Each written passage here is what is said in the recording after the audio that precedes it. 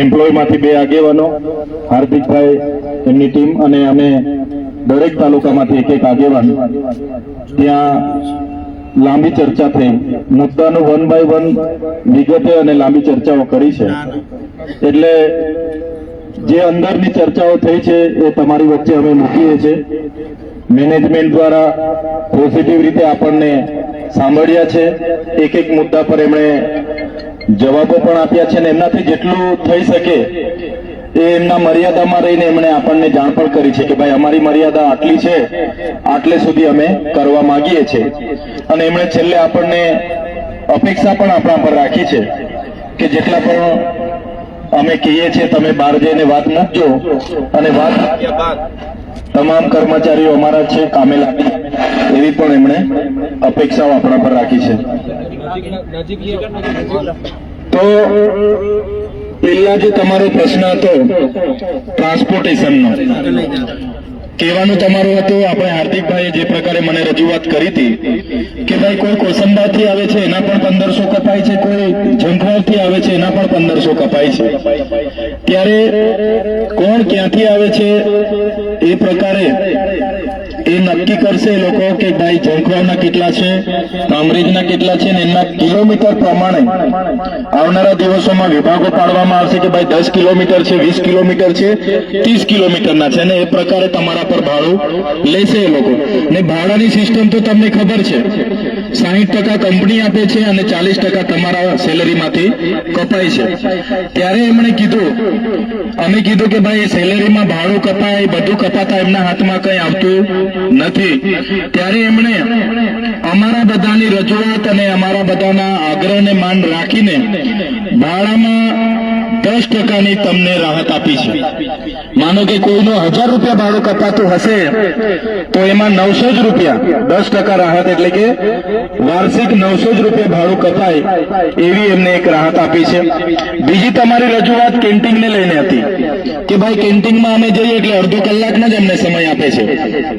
તો એમની સાથે ડિસ્કસ કરતા અડધા કલાક જે 30 મિનિટ થાય છે એના કરતા એમણે 10 મિનિટ આપણને વધારે આપી છે કે ભાઈ તમે 40 મિનિટ કેન્ટીનમાં આવી અને તમે શાંતિથી જમી શકો છો. એમાં જ કેન્ટીનની તમારી બીજી રજૂઆત હતી કે ભાઈ પાવભાજી છે, આ છે, તે છે, ચીલા ચાલુ વસ્તુ અમને પીરસવામાં આવે છે, મેનુ પ્રમાણે અમને મળતું નથી. ત્યારે એમને અમે સ્પષ્ટ કહી દીધું છે અને એમના કોન્ટ્રાક્ટરને પણ એ લોકો કહી દેશે કે તમને દાળ, ભાત, શાક, રોટલી અને પાપડ કચુંબર મળે એની માટે પણ અમે રજૂઆત કરી છે અને એ લોકોએ માન્ય રાખી છે કે જે હમણાં નવી કેન્ટીન ચાલુ થવાની છે તેમાં તમને એક ટાઈમ દાળ, ભાત, શાક, રોટલી, પાપડ અને કચુંબર મળશે. અને એમાં પણ આપણે કીધું કે ભાઈ થોડું મોંઘું પડે છે, થોડું રાહત કરો તમે. એમની કેન્ટીનના પૈસા કપાવવાથી બીજું કંઈ વધતું નથી, તો કેન્ટીનના પૈસામાં પણ તમને 10% રાહત આપવાની એમણે કીધી છે. માનો કે તમને મંથલી તમારા કેન્ટીનના પૈસા થાય છે 1000 રૂપિયા, તો એમાં પણ 10% રાહત એટલે કે 900 જ રૂપિયા. તો એક દાખલો આપું છું, કદાચ તમારા 600 કપાતા 700, મને કોઈ આઈડિયા નથી, પણ એમાં 10%ની કંપનીએ રાહત આપવાની વાત કરી છે. એમાં પણ કંપનીએ કીધું કે અમે 60-40 ના રેશિયા પ્રમાણે 60% કંપની ચૂકવશે અને 40% લેબર ચૂકવશે. એટલે ટ્રાન્સપોર્ટેશનમાં 10% અને કેન્ટીનમાં 10% એટલે 20% આપણને બંને જગ્યાએ 10-10%ની રાહત એમણે આપી છે. બીજી તમારી પગારની બાબતો હતી, તો પગારની બાબતોમાં ઝીણી બહુ જ લાંબી અમે ચર્ચા કરી છે. જે મહત્વની બાબતો છે એની જ વાત હું તમને કરું છું, બીજી વાતો તમારા માણસ કરશે. તો પગારની બાબતોમાં અમે ઝીણી બધી જ ચર્ચાઓ કરી. તો એમાં જે વિભાગો છે કે ભાઈ કુશળ શ્રમિક, અર્ધ કુશળ શ્રમિક અને બિન કુશળ શ્રમિક અને ગવર્મેન્ટના જે પણ ધારાધોરણો બધું છે, ઇન્ક્રીમેન્ટ છે, બધી જ બાબતો અમે ચર્ચા કરી. તો એમણે અમને સ્પષ્ટ કીધું છે કે હમણાં જે પણ લોકો મહિનાના 26 દિવસ ભરશે એ લોકોને અમે હાલમાં 17,500 હાલમાં મળશે અને 1,100 રૂપિયા ઇન્ક્રીમેન્ટ મળશે. પગાર વધારાની બાબતો હતી ને, ઘણા લોકોની રજૂઆત હતી કે ભાઈ અમને આજે પણ 13,500 મળે છે, 15,500 મળે છે કે 15,208 રૂપિયા મળે છે, એ બધી રજૂઆતો હતી. તો એ બાબતે આપણને જે અંદર ચર્ચા કરી એમણે આપણને એવું કીધું 26 દિવસ જો આપણા એમ્પ્લોય ભરે છે તો એમનો પગાર સ્લીપ એમની 17,500 ની બનશે અને 1,100 રૂપિયા એમને દર મહિનાનું ઇન્ક્રીમેન્ટ મળશે.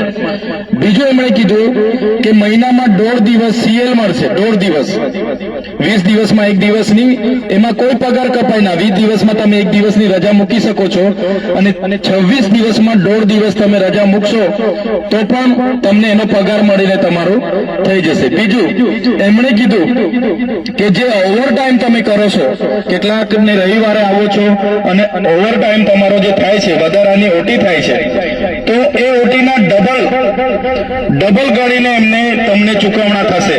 પણ એ ઓટી કરો એટલે તમારે ચાલુ દિવસે રજા પાડવાની થતી નથી. જો તમે ચાલુ દિવસે પછી રજા પાડશો તો ઓટી તમારા 26 દિવસના સિલેબસમાં ગણાઈ જશે. એવું એમણે આપણને જાણ હમણાં કરી છે. એ જ પ્રકારે બોનસમાં એમને બોનસની આપણી વાત હતી કે ભાઈ બોનસ અમને 8.33% જે અમારા ધારાધોરણ છે એ પ્રમાણે મળવું જોઈએ. તો એમણે આપણને એવું કીધું છે કે બોનસ અમારે હમણાં સુધી તો અમે મંથલીના પગારમાં એડ કરતા હતા, પણ તમે નક્કી કરો અમારે મંથલીના પગારમાં એડ કરવા છે કે તમને દિવાળી પર એક સાથે બોનસ આપવાનું છે.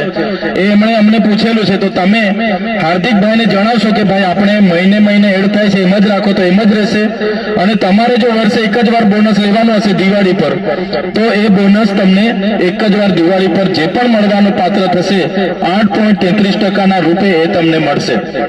ત્રીજો પગાર